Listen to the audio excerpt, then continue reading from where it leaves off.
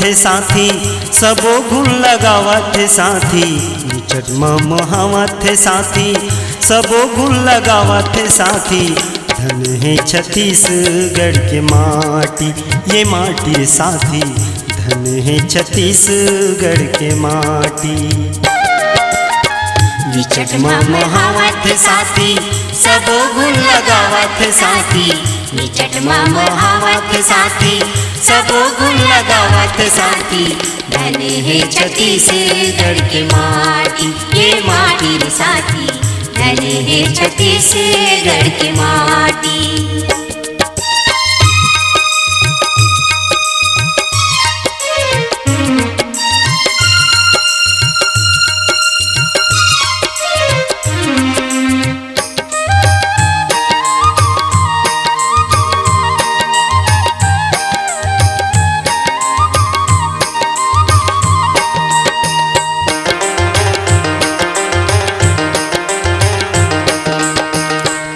छत्तीसगढ़ में कौशल्या दाई जन्मल पाए। यही छत्तीसगढ़ के सिहावा माँ सिंगी जस बगराए। यही छत्तीसगढ़ में कौशल्या दाई जन्मल पाए। यही छत्तीसगढ़ के सिहावा माँ सिंगी जस बगराए। यही छत्तीसगढ़ में अगस्त मुनि महानदी लबुहाए। यही छत्तीसगढ़ के बस्तर में दंतेश्वरी दाई आए। यही छत्तीसगढ़ में अगस्त मुनि महानदी लबुहाए। यही छत्तीसगढ़ के बस्तर में दंतेश्वरी दाई आए। जिन्हा हर बतावत है साथी, अब ले जगमगावत है साथी। जिन्हा हर बतावत है साथी, अब ले जगमगावत है साथी। धन है छत्तीसगढ़ की माटी, ये माटी रे साथी। धन है छत्तीसगढ़ की माटी।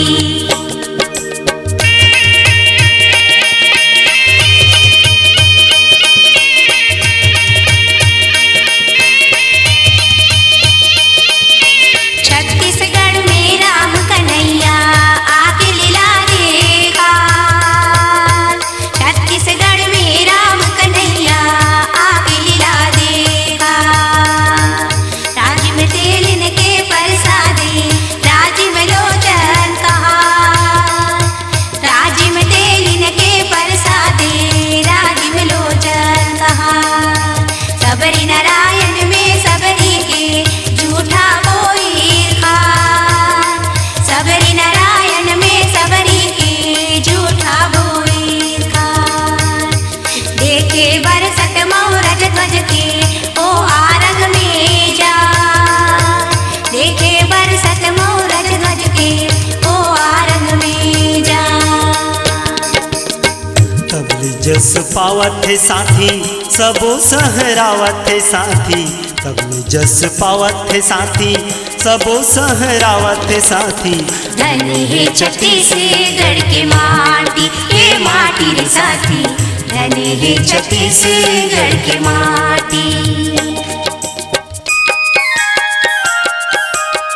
कहा थे ये धान के कटोरा, छत्तीसगढ़ के गोरा हो साथी।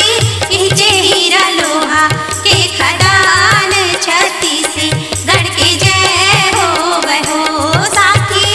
इजे हीरा लोहा के खदान, छत्तीसगढ़ के जय हो बहो।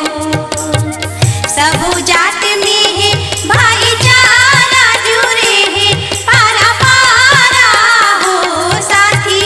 छोटे बड़े हावे सब किसान, छत्तीसगढ़ के जय हो बहो साथी।